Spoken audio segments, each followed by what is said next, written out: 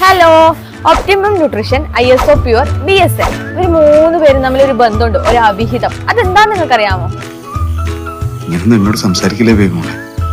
അപ്പൊ ആദ്യമായി ഒപ്റ്റിം nutrition start ചെയ്തത് 1986 ഒപ്റ്റിം ന്യൂട്രീഷന്റെ റോ മെറ്റീരിയൽസ് എല്ലാം വാങ്ങിയത് ഗ്ലാൻബിയ എന്ന ചീസ് കമ്പനിയിൽ നിന്നായിരുന്നു.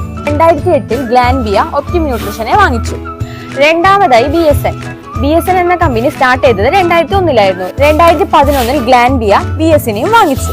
മൂന്നാമതായി ISO പ്യൂർ എന്ന കമ്പനി സ്റ്റാർട്ട് ചെയ്തത് 1998 2014 ഗ്ലാൻബിയ ഈ കമ്പനിയെയും വാങ്ങിച്ചു.